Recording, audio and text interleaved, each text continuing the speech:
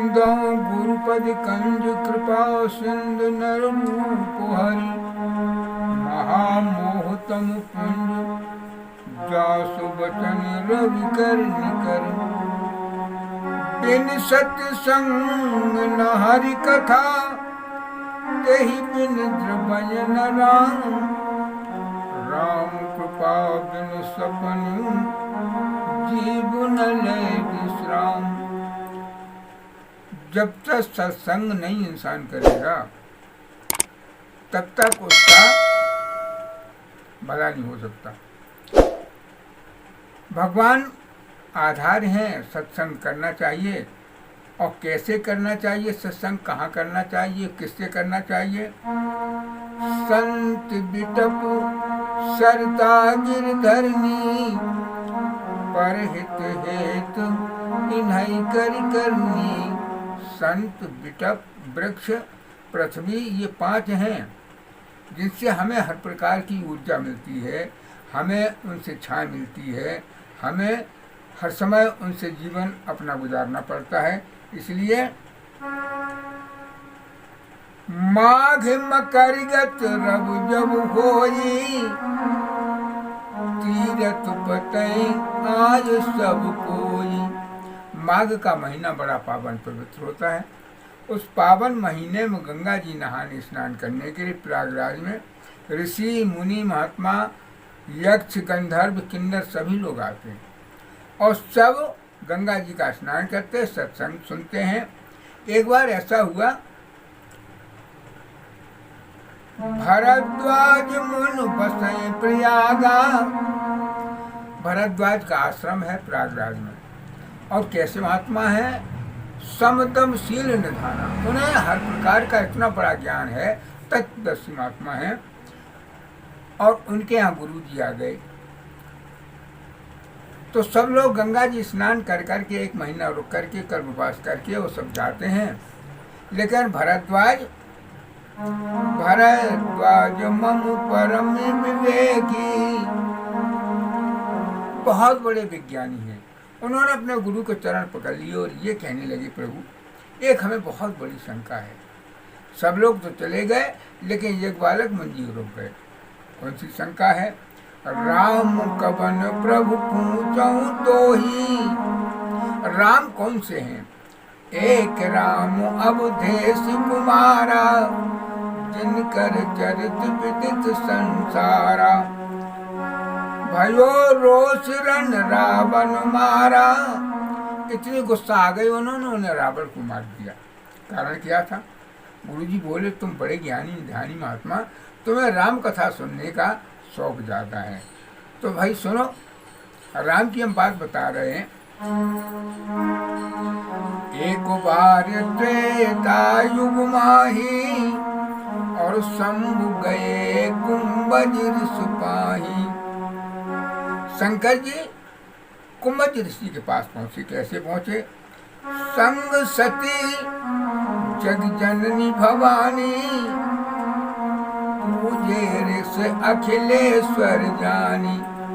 जब कुंभज ऋषि ने देखा कि भगवान भोलेनाथ माता पार्वती आई हुई, उन्होंने बहुत बढ़िया स्वागत किया, सम्मान किया।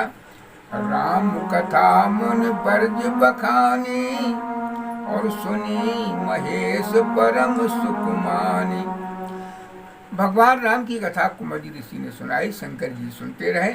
लेकिन पार्वती को शंका हुई, उन्होंने कहा कैसे महात्मा है, ये तो धरती में बैठे और हम लोगों को इतने ऊंचे आसन पर बैठा दिया है। अरे इतने तत्वज्ञानी होते तो ये जमीन में क्यों बैठते, हम लोग जमीन में बैठ जाते और ये कथा सुनाते। पार्वती माता कोई नहीं सुन रही है। कहा तो सुनत। भगवान शंकर से पूछा महात्मा ने, मुन पूछी हरि भगत दिलाई कही महेश परम सुखमाई। शंकर जी ने बड़ा खुशी खुशी भगवान राम की कथा सुनाई और भक्ति बताई कि भक्ति कैसे होनी चाहिए। भक्ति कब रुकती है, तुम्हारे अंदर शील चाहिए, विवेक चाहिए, ज्ञान चाहिए और प्रेम चाहिए, सद्भाव चाहिए। तुम्हारे पास भक्ति रुकेगी। दीन दुखियों का उनकी रक्षा करते रहो और सब में राम को देखो। इस प्रकार से यदि आप करेंगे तो आपके पास भक्ति रुकेगी। कहत सुनत सुंदर इतिहासा, कछु दिन तहाँ रहे गिरनाथा। काफी दिन हो गए रहते रहते कथा सुनते कहते सुनते, और माता जी अपन जंगल में भी निकल जाती घूमने के लिए, लेकिन राम कथा पर उन्हें संदेह होता है कि क्या ये बकरे या का दुनिया भरी की बातें हैं, उनको कथा सुनी नहीं एक हुआ। मुनसन विदा मांग त्रिपुरारी, चले भवन संग दक्षी कुमारी। इधर से जब गई थी तब कैसी थी? सती, जगत जननी भवानी, और उधर से आई तो केवल एक पद रह गया। कौन सा? दक्ष की पुत्री, दक्ष सुता। और भगवान भोलेनाथ त्रिपुरारी बन करके वहां से निकले।